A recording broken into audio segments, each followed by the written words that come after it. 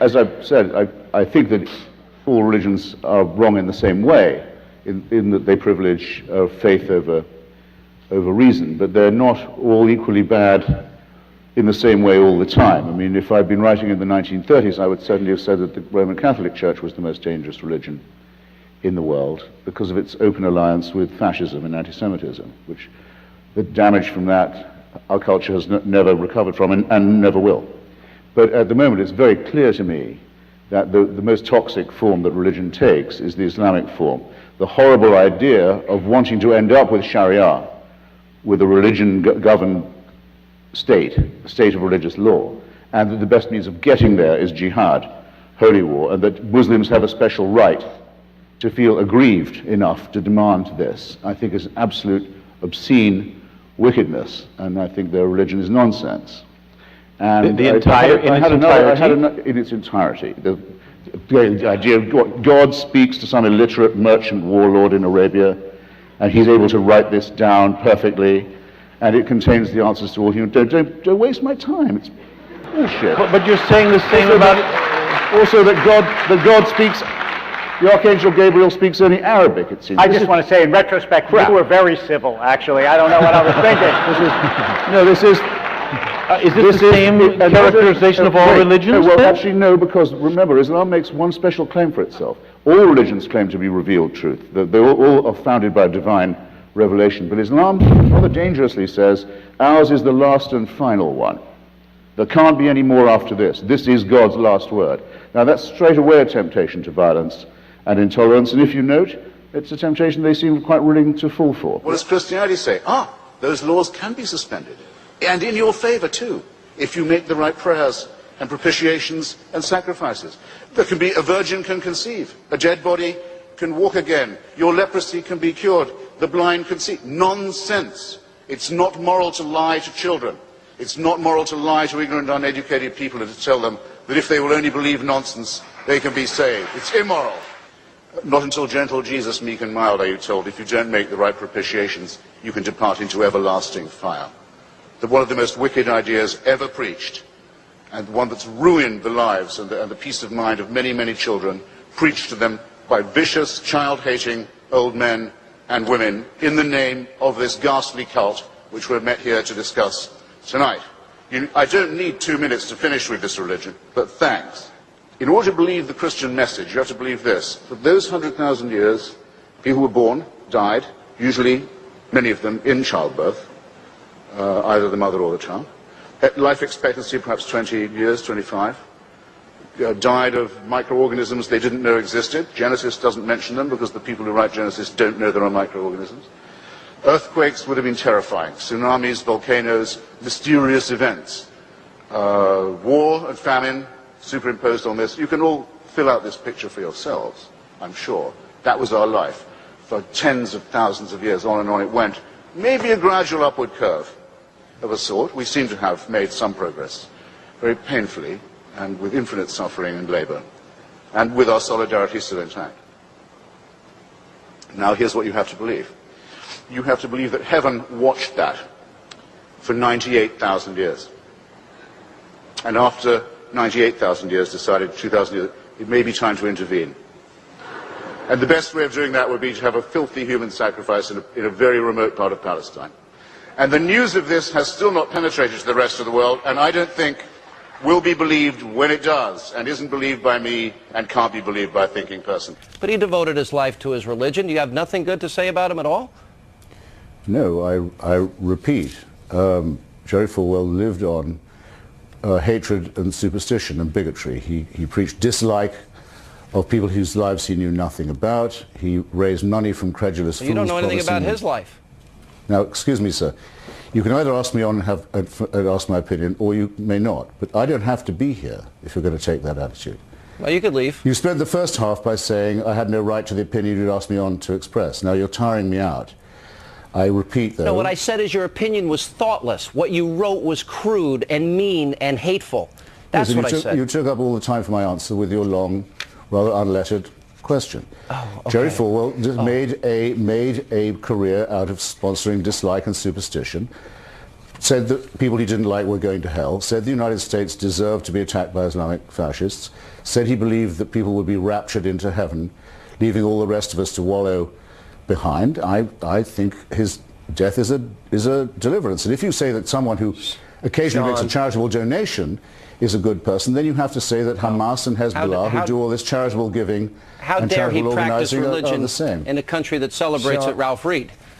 Sean, you know, look, and why not a word now from the friend of Jack Abramoff? Wait, we only have a moment here, Ralph. Here's an important question about. Well, let me get Ralph in here. Here's an important question about Jerry Falwell. That's all it needs now. Ralph, let's hear from the Abramoff faction. We only have a moment left. Ralph gets to speak rip-off artists. You should be ashamed of yourself. Hold on, Christopher. Religion is our first. That's why I'm so fascinated with it. It's our first version of the truth. It's our first attempt as a species. It's what we tried when we didn't know anything. We didn't know we lived on a spherical planet. We didn't know that our planet revolved around the sun. We didn't know that there were microorganisms that explained disease. We thought diseases came from curses or witches or ill-wishing or devils or dust devils. We didn't know anything from the childish, terrified, ignorant origins of our animal primate species. We come to religion. It's also our first attempt at philosophy, our first attempt at morality, our first attempt at healthcare, actually, but because it was our first, it is our worst. We now have better explanations for all these dreads, and we have cleared up all of these mysteries, yet we still dwell. And in some countries, in some societies, not just dwell, but live under a totalitarian regime that forbids us to think about the progress that has been made or denies us the knowledge that these advances have in fact occurred. So it has become, where once it probably was an aid to our survival, a really great peril to our continued ability to live as a civilized species. The argument about global warming, it seems to me, is not whether there is any warming, but whether or not human activity, or to what extent human activity is responsible for it. My line on that is we should act as if it is. For this reason, which I borrowed from Jonathan Schell's book on the nuclear question, the fate of the Earth. We don't have another planet on which to run the experiment. We can't find out but one way. And just as we don't have the right to run an experiment in nuclear exchange on this planet, because it doesn't belong to us to that extent, we've no right to run an experiment in warming on it either. And if it turned out to be that there was no severe global warming threat, or that it wasn't man-made, then all we would have done would be make a mistake in analysis, which we could correct for. But if it turned out that there was and we'd done nothing about it, then it would be too late to do anything at all, and that would lead to disaster. I have been told, though, and I'm afraid to say I think it may be true, that the warming is coming now whatever we do. That by the time we found out about the coming rise in temperature, that it was probably on its way. I've heard a lot of people who strongly take the Al Gore thesis, the Al Gore analysis, say that, alas, we're going to find out what it's going to be like no matter what we do. I think for two reasons. One is religion is the most interesting subject of all. I mean, if you have a friend or an acquaintance, you know an awful lot about them, depending on whether they attribute their presence in the studio to the laws of biology, the laws of nature, the laws of evolution by natural selection, or whether they think that they're here because of a divine plan. It's a big difference, philosophically, morally. And so going into this means you raise all the most interesting, all the most fundamental, basic questions. That's the first thing. So it's never a boring discussion. And second, or it shouldn't be, and the second is that at the moment, if you open the newspaper and see how the parties of God are behaving around the world, everywhere from Russia to Iran to even certain parts of the United States where they think they ought to influence the education system, that people are, I think, becoming fed up with being pushed around by ordinary mammals who think that they are better than us because they have God on their side. Enough with this. It's very insulting. It's very threatening. It's very stupid. Are you a Christian? I'm not.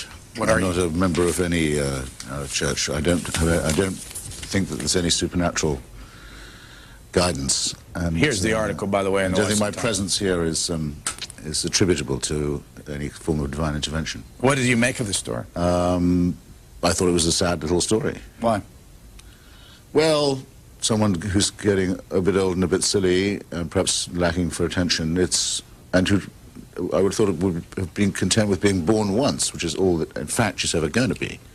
Or any of us are. We're only going to be born once. So all this born-again stuff just gets me down, gives me a pain. It says in this article, I'm extremely impressed with the genuineness and the sincerity in her search for spirituality and wholeness. The Reverend Gerald Durley, pastor of the Providence Missionary Baptist Church in Atlanta, where Miss Fonda has attended services, told the Atlanta Journal-Constitution, I think she's found a certain sense of peace among people who found peace with Christianity. So hard to object to, isn't it? You know what I think what I don't like, well, there's a lot of it I don't like, as well as finding it totally intellectually and morally unconvincing, is that this is the form that they believe modesty should take. It's going around all the time about how you've found God and how God has a special purpose for you. And this is construed as humility. It seems to me the height of immodesty to say that you've been chosen in this way or selected, or that you could possibly know that you had been. It's arrogant and conceited. Racketeering is and always has been an important part of religion. Some religions simply are rackets. Scientology, for example, or Mormonism. It's nothing more than the record of a successful con job. But the spiritual life can't be entirely reduced to that, and here's the problem. When you ask, do people really believe that? There can't be an answer to it, because they don't know any more than you do whether there was a virgin birth or a resurrection. If they say, I believe it, they're still believing in something that they have to know very probably didn't take place. So what are they asking us to believe? They're asking us to believe their propensity to faith, in other words, to take something on faith without argument or evidence. Well, if somebody wants me to believe that of them, that they will do that, then I will, but I feel that they're arguing against themselves. You're of course quite right that on the 11th of September 2001 we were forced yet again, as we are all the time, to confront the fact that faith by itself doesn't deserve respect, as we keep saying it does. That faith on its own is another form of fanaticism or substitution of belief for reason, and that's a sign of what a poorly evolved primate, mammalian species we are. The rabbi earlier appeared to pour contempt on the idea that we should think of ourselves as animals. Well, again, evidence counts, ladies and gentlemen. We are half a chromosome away from being chimpanzees, and don't you think it shows? Yes, of course we are animals. We're I think, a qualitatively as well as quantitatively better primate, but primates is what we are, and we know it. We even have the DNA to absolutely establish it. Nothing to be proud of or ashamed of, but a fact not to be denied. Now, we're lucky that there were people on one of those planes who didn't pray at all. They got out of their seats and they said, we're not going to let this plane fly into the United States Capitol in Washington, D.C. But it's not all bad news, because it does mean that those who crash planes full of living people into buildings full of living people, shouting that God is great and believing it's going to get them to paradise, aren't going to get there. About that, one is only sorry. One is only sorry, and very sorry in my case, that there's no moment, at the moment of their extinction, there's no moment when they think, ah, damn, it isn't. But wishful thinking can't help that either. So my settled verdict on this is, they want to die, and I'm here to help them do so. And so should you be, and everyone in this room should be ashamed until they've done something to kill at least one jihadist or bring about the physical and moral and political and military defeat and humiliation of these people. And the God in which they believe. And the non-existent deity in which they dare to take permission to try and kill us all. Christopher, have you ever prayed? Once for a hard-on. In the ordinary moral universe, the good will do the best they can, the worst will do the worst they can. But if you want to make good people do wicked things, you'll need religion. Now, I've got now 1 minute and 57 seconds. to say why I think this is very self-evident in our material world. Let me ask Tony again, because he's here, and because the place where he is seeking peace is the birthplace of monotheism. So you might think it was unusually filled with refulgence and love and peace.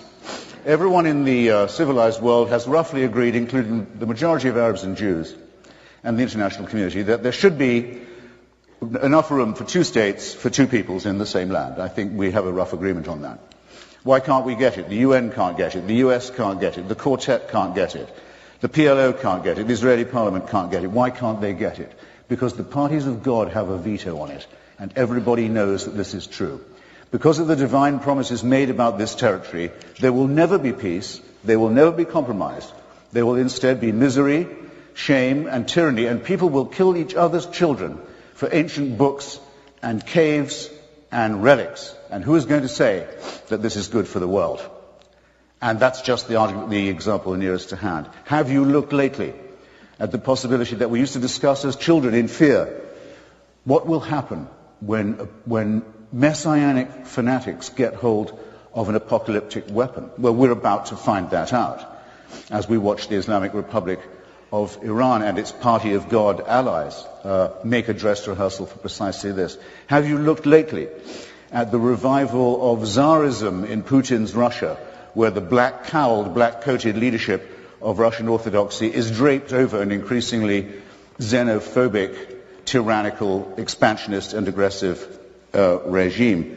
Have you looked lately at the teaching in Africa and the consequences of it, of a church that says AIDS may be wicked, but not as wicked as condoms? That's exactly no seconds left, ladies and gentlemen. I've done my best. Believe me, I have more.